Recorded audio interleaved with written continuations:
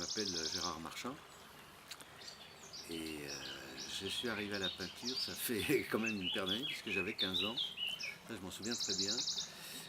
Ma mère tenait une droguerie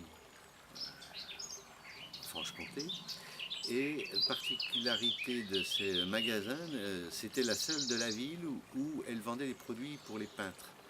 Surtout pour les peintres du bâtiment, mais les peintres de chevalet également. Donc les couleurs, mais en poudre, hein, vraiment les produits de base.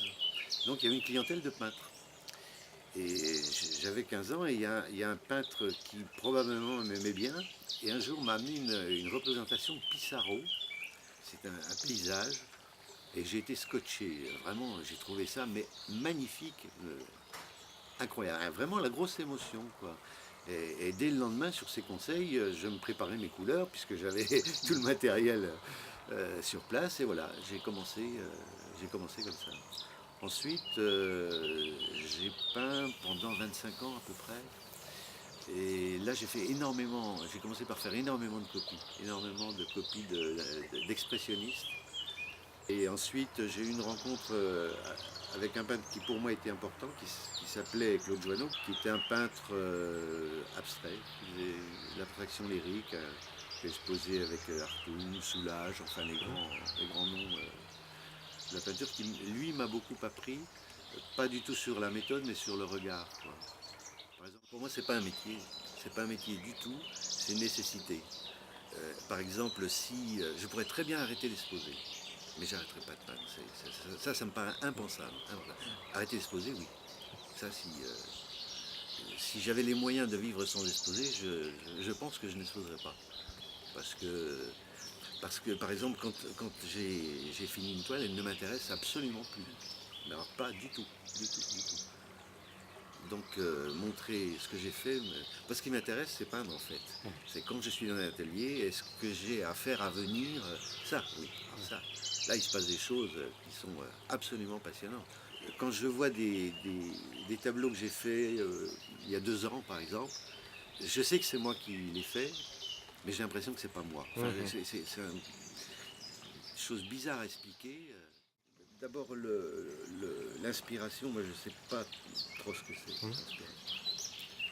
Si on veut jouer avec les mots, je dirais que je me sens plutôt aspiré par la peinture. Ça vient en peignant. Quand je démarre un tableau, je ne sais absolument pas ce que c'est faire, mais pas du tout, du tout, du tout, du tout. Donc je barbouille, je jette, et puis il finit par venir quelque chose, mais un petit peu comme on regarde les nuages, si on regarde un moment, on finit par avoir des formes quoi, qui surgissent. Mais c'est un petit peu le même truc que les musiciens, hein. Soit on écrit la partition et on la joue, soit on prend un instrument et voilà, il vient une ligne mélodique, on affine, on dit c'est pas bon, on trouve une autre, on se laisse... Les écrivains, c'est aussi, il y a deux écoles, hein. Il y a ceux qui structurent, premier chapitre, deuxième chapitre, et ceux qui écrivent et qui font avec ce qui vient, quoi. Je serais plutôt dans cette catégorie-là. Donc la part de méthode, oui, elle est énorme, énorme. Et notamment les fonds. euh, Personnellement, je fais des fonds à base de chaux. À l'heure actuelle, j'ai essayé plein de trucs, hein. J'ai essayé la chaux, enfin la chaux, je suis encore dedans, mais j'ai essayé le sable, j'ai essayé l'assure, j'ai essayé beaucoup de trucs pour avoir des fonds qui parlent. Et ça, c'est très, très, très important. Maintenant, je fais des fonds qui sont à base de chaux et qui sont extrêmement absorbants. C'est-à-dire, si je prends un coulis d'essence et que je verse sur mon tableau, ça ne coule pas. Contrairement à tous les tableaux, c'est absorbé. À partir de là, quand je vais commencer à peindre, je vais peut-être mettre une douzaine de couches de peinture successives, en démarrant classiquement avec beaucoup d'essence et très peu d'huile. Et à la fin, je suis à l'huile pure. Mais comme j'ai des fonds très très très absorbants, les fonds sont saturés, ce qui vous donne cet aspect un petit peu comme si c'était ciré. En fait, non, c'est les glacis, la technique des glacis. Plus du tout sur toile. Plus du tout sur toile, mais ça c'est pour une raison technique, c'est que j'ai une charge en crépi, en matière de fond, qui est tellement épaisse que la toile ne supporte pas. Ça fait des effets fantômes avec les renforts qui sont derrière les toiles. Et donc ça finit par fendiller au fil du temps. Donc j'utilise du contreplaqué marine. Et là, c'est tranquille, ça bouge pas.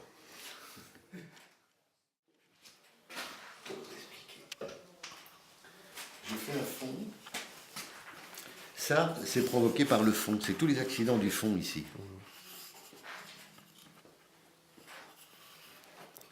Voyez. Donc je mets une première couche d'enduit et puis je vais poncer. Puis en mettre une deuxième, poncer. En mettre une troisième. Des fois 4, 5, 6, jusqu'à ce que j'ai un fond qui me parle un peu. Et il y a plein d'irrégularités. Je vais passer un premier jus de couleur, souvent du noir d'ailleurs. Et là, je vais reponcer. Ce qui fait qu'il ne reste du noir que dans les infractuosités, dans les petits trous, dans les piqûres, dans les fissures, etc. Et quand je vais me mettre à peindre, quelle que soit la couleur va vous paraître plus dense, parce que c'est les contrastes en fait qui font la densité. Je fais une peinture qui est figurative, mais c'est une ânerie. Normalement, je devrais faire une peinture abstraite parce que vous voyez beaucoup de femmes à ce moment dans ma peinture, et j'essaie absolument pas de faire une femme. J'essaie de peindre des sentiments. J'essaie de peindre quelque chose qui est humain. Et je ne suis pas parvenu à faire ça avec de l'abstraction. Donc j'ai besoin d'un référent identifiable, et en l'occurrence c'est la femme qui revient systématiquement. Mais je ne cherche pas du tout à faire une femme, c'est pour ça que 99 fois sur 100 elles n'ont pas de visage, ça ne m'intéresse pas. Si je peignais également le visage avec des yeux et tout, un visage expressif, là je peindrais une femme, mais ce n'est pas mon propos. Daniel Cornu, on commence la partie céramique, c'est pas sur céramique. Hein. La partie céramique c'est ça, cette bande-là, celle-ci et celle-là. Ensuite, elle va creuser sa céramique de façon à ce que je puisse mettre une couche d'enduit, mes fonds. Elle fait une première cuisson, et puis ensuite, elle va émailler toutes ces parties colorées que vous voyez. Elle va faire une deuxième cuisson à coup, c'est enfourner à four chaud et défourner à four chaud. Et là, la pièce sort comme ça, comme vous la voyez là, sauf que tout ceci est blanc. Et moi, j'ai à faire quelque chose autour de ça. Donc mon point de départ, c'est toujours la couleur. C'est-à-dire qu'à partir des couleurs qui sont là, en l'occurrence, c'est ça qui domine, je vais essayer de faire une composition chromatique qui renvoie à ça et qui me donne une impression d'humanité, d'humanisme, de vivant, de quelque chose qui est vivant. Elle fait, je fais. Mais une fois qu'elle a fait, elle vient voir en permanence.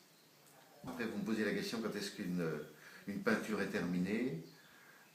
Ça, c'est vraiment la question la plus difficile qui soit.